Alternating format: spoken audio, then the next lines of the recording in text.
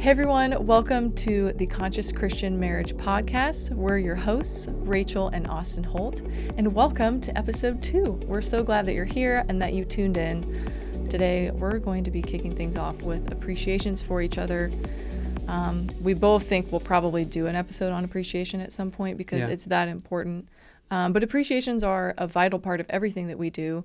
They're very part of our lingo with each other every day and with our kids and with people we're friends with and communicate with, because as Mother Teresa said, she said, I want to get it right. You know this quote. You know it like perfectly. I say it all the time. Yeah. There's more hunger and thirst in the world for appreciation than for bread. Yeah. And that's been scientifically proven in order to be, it's essential to survival, actually, is appreciation. So if it's essential for survival, we want to have it be a big part of our marriage, and it really does help us be more connected, to thrive, and to just encourage each other of where we're winning. And so we're going to model that for you today and share our appreciations, because we hope that it will give you encouragement. Even if you are very well versed in appreciation, even for us, when we start our coaching calls, all of our couples appreciate each other, and it encourages us every time hearing the unique, specific things that all these wonderful high-level couples appreciate each other for. And it reminds me of things that I appreciate of Austin and him of me. So well, and one of our favorite sayings is what we appreciate appreciates. And that also goes for who we appreciate. So who we appreciate appreciates. And it's like a superpower God's given us, that the more that I appreciate you, the more your value grows to me. And so the superpower is that we can just choose to, we're just a little sneak peek to the episode on this, that I can choose to just increase your value to me just purely by appreciating you. That I can appreciate you just for appreciation's sake. That literally, if I want you to be even more valuable to me, I can just call out the things in you that I appreciate. You know, that's why appreciation is a financial term, because you appreciate, you grow in value to me the more I appreciate you. And it's a great parenting tool too, but we'll talk more about that later. So I'll go first. And again, we just want you guys to see us appreciating each other, just straight up, we didn't even plan what we were going to say, but just appreciating each other. And we want to give you ideas for ways that you can appreciate your spouse. So Rachel, I have 2 appreciations. I'm going to do 2 small ones. Sneaking one in there. Yes, that's right. So appreciation number 1 is I really appreciate how present you've been with the kids lately. Just really being on their level, being present with them, slowing down, letting them, like, for example, one of our kids got a gift and it's got like sand in it. And normally I'd be like, put that outside. I don't want sand all over the house. But you were just like, like around the kitchen table. And our son's like playing in there, digging in the sand. And it was I just really appreciated that you were just really present with him, And number 2, I just appreciate how you and I have worked together to just restructure our holidays to where it works better for what our family values the most, which is Christmas being Christ-centered and Christmas being more centric around our family unit. And I just feel like we've had a really great holiday season. And I just appreciate you being willing to like have that conversation, like we teach other couples, but being able to have the conversation of like designing things in our life that work the most for our family unit. So I appreciate you. Well, I received that. And I also appreciate you for leading us in that, because you really did lead us in that. And I was like, yes, anyway, I've enjoyed the results of our decisions together. So thank you for leading us in that. And also thank you for being my sexy man that steps in and does the hard things that I don't want to do. You've been in the mud a lot lately, solving problems, and the donkey debacle you handled so flawlessly. That's another episode just for the donks.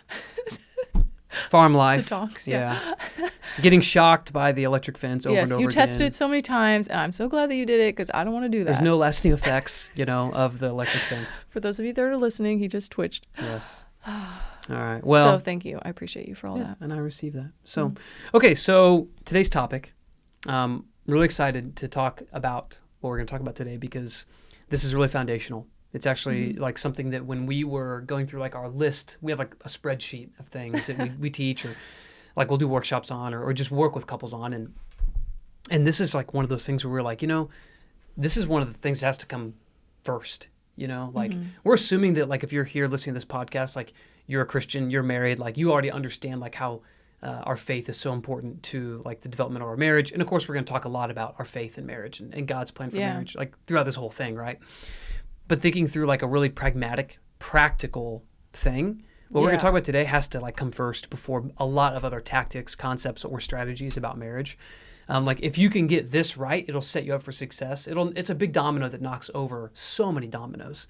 Whether we've used this in couples that have been married like for a month and couples that have been married for like years, like 30, 40, 50 years. And it's like, wow, a light bulb just went off. Like I can think about a bunch of couples right now that have literally been married 30, 40, 50 years. And we go through this with them and they're like, man, like, okay, that makes everything make a lot more sense. So really important topic, super foundational. Rachel, what's our topic? Tell everyone about it. Give them a little overview and we'll go from there. Expectations versus agreements. So hopefully after this episode, you will have been able to spot where you might have expectations in your marriage, which would be something that you are assuming or expecting your spouse to do, but you haven't created a win-win agreement, which is where both parties say, yes, this is something I would like to experience in our marriage, and I will commit to doing that. Yeah. So do you have any other context on that? Yeah, I mean, just, agreements are expectations that were spoken out loud and agreed to. Yes, I love it. Yeah, that's what they are. You're right. And so we've watched couples, and early in our marriage, we did this before we were trained. We ran our marriage on expectations. Yeah. And so then there's constant letdown. There's constant drama. There's constant learning opportunities. I could like feel it. Yeah, like where it's right. Why didn't he do that one thing? He must not love me because he didn't think to do that one thing that I thought he would do. Yeah. Like being married, I thought this is how it would be, or he would always take the trash out because he's a man. Expectations are just the tool of the victim, the villain, and even the hero. You know? It's a way that we victimize ourselves. It's a way that we villainize. And so, we decided a long time ago we would not run our marriage based on statements like you just said, like, oh, I just figured that my spouse would do this, or I assumed they would do that, or I just hoped that they would blank. Instead we use agreements, and again, agreements are between two people. One thing we like to teach couples is that, agreements are between two people. Commitments are between us and God, especially us as Christians. Like what I commit to, like even when we got married, like our vows, like that was me committing before God, to God, that I would do these things for you. Right. But agreements are between people. It's like, this is something that we both vocalized. We came and we found a win-win. Okay. We found like this great way to come together, and we're going to stick to that. And we can be held accountable to that. Right. Because expectations you can't be held accountable to, period.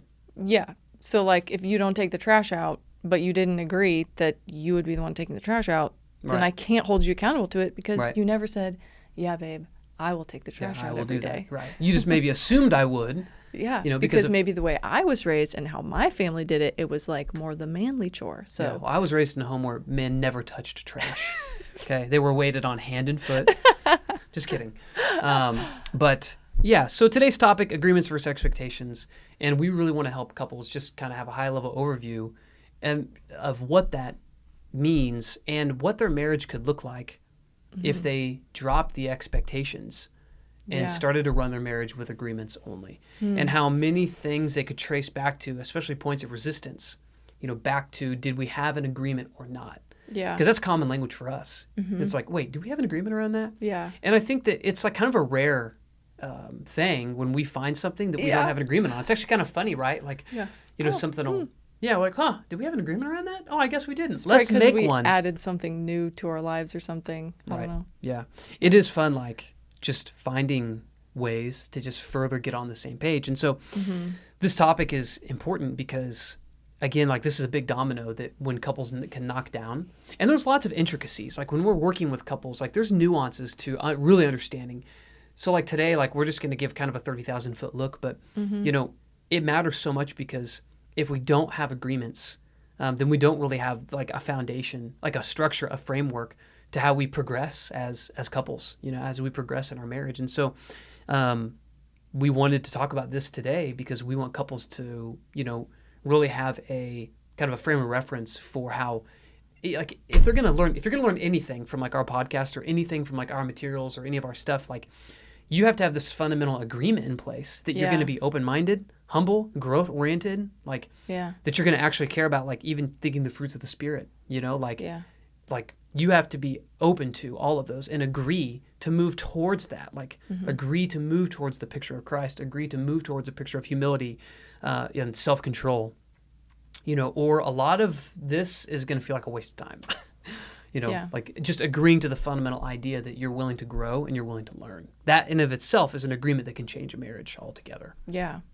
And so when you implement agreements and you shift your marriage from having expectations to agreements, it can really change your marriage in the sense that there's, for one, there's this like peace. There's a security of just knowing. Yeah. You know, some of the perceived maybe excuse of not doing it would be like, oh, well, isn't that so rigid? Yeah. You know, like, oh, you have agreements around everything? Isn't that like rigid? That's like the only word I can think of at this moment. But it's actually not, because we're not spending our creative and emotional and mental energy on guessing, on playing this like these shadow games. That's like, this is a perfect example of like a shadow game in marriage where you're like, well, is he going to do that? Well, if he doesn't do this, or if he doesn't bring this home, or he doesn't say this. It's even like in sex, you know? Yeah. Where it's like, oh, I bet she'll like this. It's like, I'd rather you just tell me. Yeah. So then like I have this expectation of like how you will react or what you'll say or not say or how you'll respond versus like, let's just create it together. Right. And let's create it with agreements. Yeah. So we know and we're not guessing. Yeah. And you know what's sexy is agreements. Yeah. Because you know you can rely on each other and there's that trust, but just this like peace and ultimately just eliminating drama. Yeah. Because expectations are just create drama. Yeah. Right. Well, I think that, you know, it's like, I like that you pointed that out about the resistance, because it is true. Like, a lot of people say, oh, well, that just sounds too rigid. Really what they're saying is, I don't want to be held accountable. Yeah. You know, because most people, they would also say, or a lot of couples have, you know, we've heard say like, well, we've always done it this way. Like we've always just kind of, you know, like if they really love me, they'll just know to do these things, which is like the most whacked out piece of marriage advice I've ever heard. Like, oh, like if they love me, they would just know. Well, like if they, most people were not modeled a great marriage. They just weren't. And they're still not modeled a great marriage to this day, because the divorce rate's still 50% or more in certain places. So like you've got a 1 in 2 shot of the marriages in your life that you look to for advice or to wisdom of being flawed that could literally lead to separation. Yeah. You know, and so a lot of people say, well, it's just, this is the way I've always done it, the way I've always seen it. And, you know, if they really love me, they'll just know.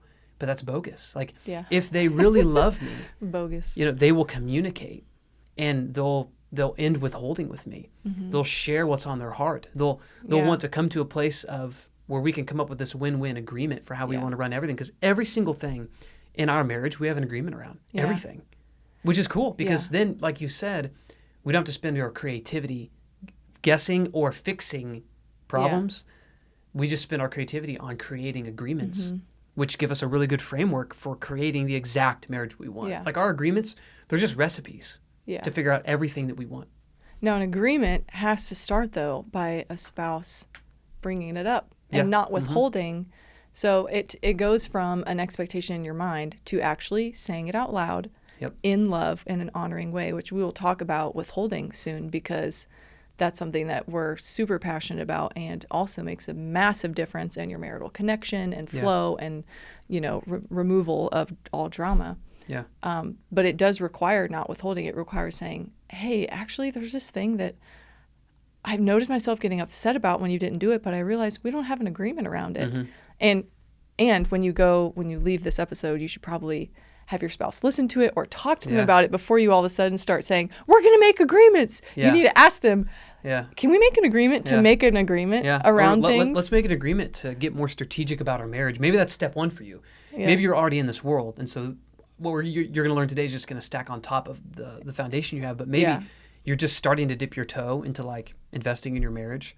So like one of the first steps that you need to make is like, hey, like I want to get on the same page together. Let's start taking in resources together to make things better. You know, and another thing you said actually kind of reminded me of what our key scripture is today, just about telling the truth. Yeah. Like when you feel something, when you think something, the importance of just being able to tell your spouse the truth without fear. There's so much conditioning on why you shouldn't tell the truth. Afraid you're going to get in trouble, afraid you're going to offend your spouse, upset your spouse, or you're going to say something that's going to upset them and then they're going to retaliate against you. And so I can't I just even count how many times we've had conversations with what even seem like really happy couples where they have a really hard time just telling the truth to each other. Yeah. And so today's key scripture comes from 1 John 2:5. But whoever keeps his word, in him, truly the love of God is perfected. Perfected. That's a big one. Yeah. And I think that one of the best points we can take away from that is like God's love is incredible because God always keeps his word with us. And so I think that it's a beautiful representation, kind of a manifestation of God's love when we keep our word to each other, which starts with telling our truth about everything to each other.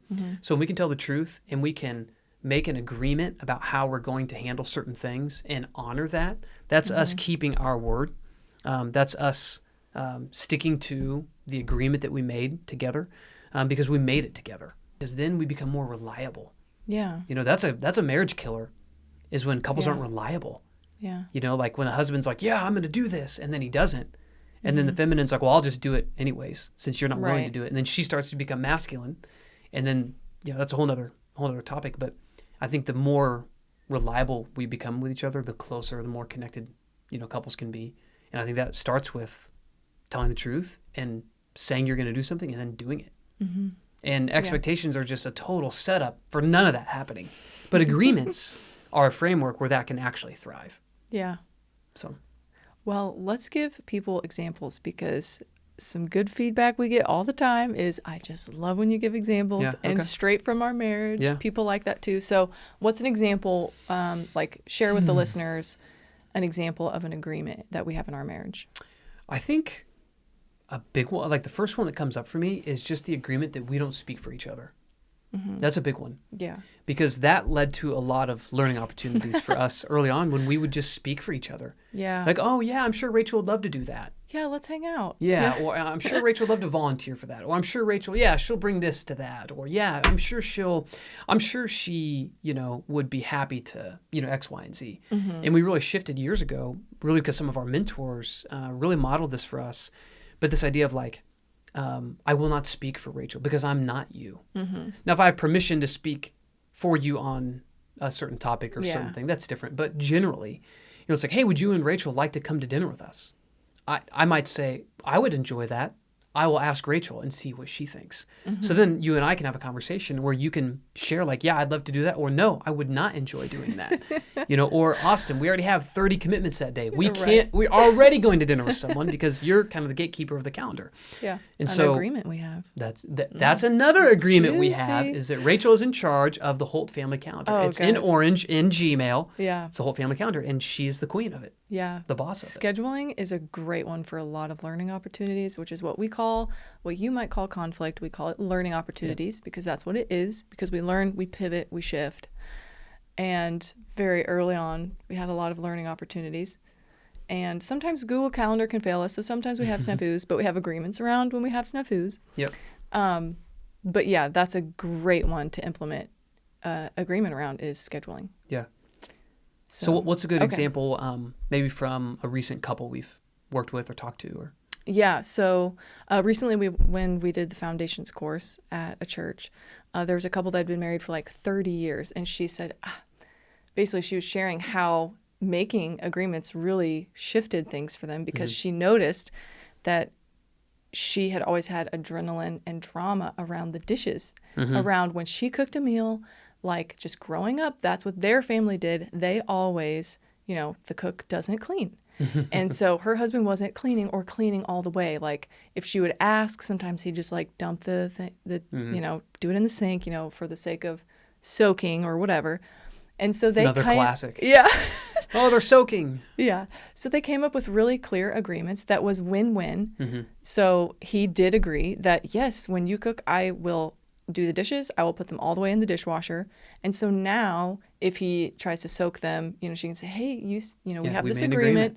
And she said, man, both of them were like, I love this. We now have this clear agreement around what we're going to do at the end of the day and when we eat. So, yeah. Well, I love that example because it just reminds everyone of the importance of agreements have to be win-wins. Okay. Yes. What people have to understand is that if you don't create a win-win agreement, it'll eventually be a lose-lose agreement. Okay, because a win-win agreement is the only thing that people can sustain. A win-lose can be sustained for a little bit of time, but a win-lose eventually becomes a lose-lose, okay? Like even for that couple, if it was a win-lose, like, okay, let's just say it was a win for her that he did the dishes, but it was a lose for him because it really upset him to do the dishes for whatever reason, okay? We have to go there. Then he would only sustain that for a short period of time. Now, their win-win was in like, hey, he didn't love to do the cooking. Yeah. And she didn't love to do the cleaning. So it's kind of perfect. It was like, hey, the win for me is that you continue to clean. You shop and clean and cook, and that's great. And that helps me to cook more knowing I don't have to clean up after. Exactly, yeah. So it was a win for him because she would do the cooking and loved it. And it was a win for her because he would then clean up. And then they were like a great partnership together. Yeah. Okay. And I believe that God made every couple intelligent enough and creative enough to have win-win agreements. Because so many times we don't teach, the world teaches couples like, oh, you need to sacrifice, but like for you and I, like, I don't lose so that you gain. Like when I do things for you where you gain, like it's great for me, And so like we are smart enough to figure out like, I don't need to lose for you to get to gain, we are smart enough to figure out a way that I can gain as you gain and you can gain as I gain, Yeah, so, that's how it should be. Yeah. So sure. I just love that, like, that's how they figured that out for themselves. And then it was like, oh, like, great. So then now that agreement is made for them and they don't have to have any drama about it going forward. Yeah. Like, they don't have to even think about it going forward. Like, for the most part, unless otherwise agreed upon, she would prep and do dinner and he would clean up this certain way. And so then they're great. It's like a super simple example that's, again, kind of a cliche example, but it happens all the time. But it was causing them some legitimate drama and frustration. Yeah. And it's just that simple. Like the shift can be that simple. And sometimes it's funny once you're out of it to realize, oh man, that was just a really simple pivot. You know, sometimes there are things like, okay, we're going to dig deep and heal this wound or, something that happened when I was young. I'm going to work through this. But a lot of things in our marriages can just be shifted through simple pivots and implementation of things like expectations and agreements. Yeah, totally. So, okay, so 3 big takeaways. If we want everyone to take this 20, 30-minute episode, however long this is going to be, and, kind of boil it down to 3 nuggets, there's 3 things we want people to really take away from this. What's number 1?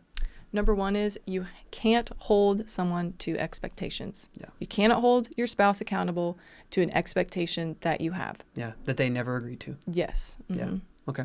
The second thing is agreements only work when they're win-wins. Okay. An agreement will not work as a win-lose. If it's a win-lose, it'll eventually be a lose-lose every time. Every single time. It becomes a lose-lose. Yeah. Okay. And number 3. Agreements eliminate drama. Yeah. So if you're experiencing frustration, adrenaline, routinely being irritated at your spouse about something, just think, how could you create an agreement around probably what you're feeling frustration about?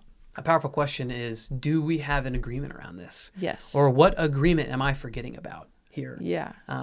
If we ask that question and we're willing to find it, and if there's not an agreement, we're willing to make one, then everything changes. Yeah. And so you can't hold someone accountable to expectations. Agreements only work when they're win-win, and agreements eliminate drama. That's right. Okay.